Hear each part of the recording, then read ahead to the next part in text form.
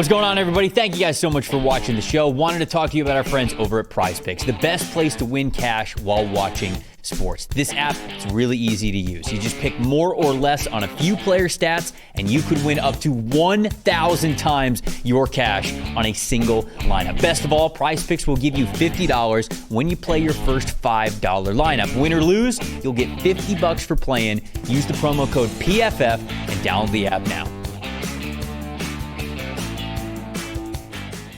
We're going to circle back to a theory I had 5-10 minutes ago. That's a whole lot of fun. Oh, my goodness. And we are filling it out now. Just straight best player available. The Chicago Bears, after drafting Colson Loveland at 10, they draft Luther Burden III here at number 39. I have a question. My goodness. I have a question now.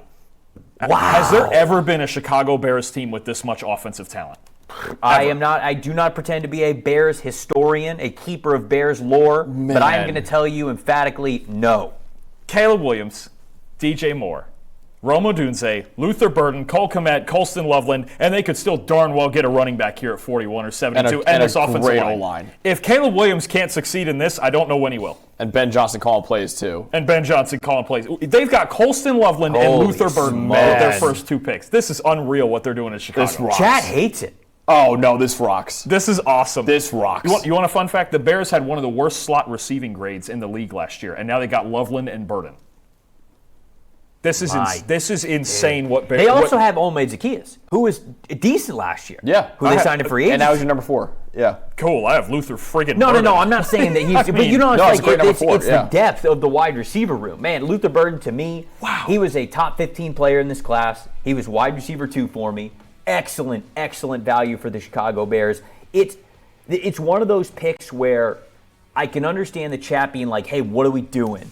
But I think it's also one of those picks where once you see the whole draft haul for Chicago, this could be unbelievable. Mm-hmm. Like if they hit running back, if they hit defensive line, if they hit the things that they need to as the draft continues to go on, you very clearly are just taking the most talented playmakers that you can. This is awesome. This is so, and you know, you just mentioned the two positions, running back and D-line. Have we not talked through this whole process that those are the two deepest groups in this draft?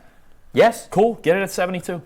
Fine. Get it at 100-something, fourth, fifth round, whatever you want. I mean, Luther Burden and Colston Loveland went to the same team in this draft. That's ridiculous. On a team that already had DJ Moore, Cole Kmet, Rome Odunze, and the offensive line, what they've rebuilt. This is nuts. And you know what? Considering the 40 time and all of that, there's a chance. What if they still got Caleb Johnson at 72? Or they took him at 40. Wait, that was only 39. We still have another pick for the Bears. That's what he was saying. We got another pick for the Bears there. Just take Caleb Johnson now. Just fill it out. And then we've got a pick at 72, which could be a defensive. I mean, they could get C.J. West at 72. Yeah. You know? Caleb Johnson, you could get him here at 41. This could be a truly elite offense here for the Chicago Bears. I know, off-season champs every year. I get it. But all we can do is get excited about what they're putting together. And now that Ben Johnson is at the helm, I think that he is going to utilize a lot of those offensive weapons. I do think Caleb Williams is going to be better in his second year as a pro. So, man, Luther Burden in this offense.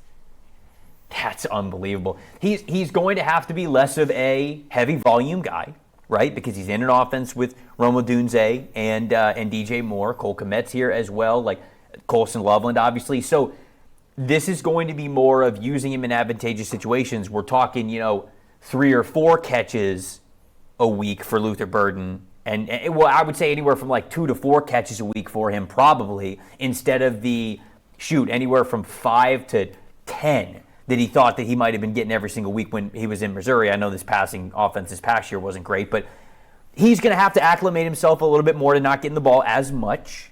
But when you talk about putting him in those advantageous situations, he's got a unique yak skill set here. You mean to tell me he can't play just the same role that Jamison Williams was just playing for Johnson and the Lions? I think it's kind of the same. Screens, vertical, deep overs.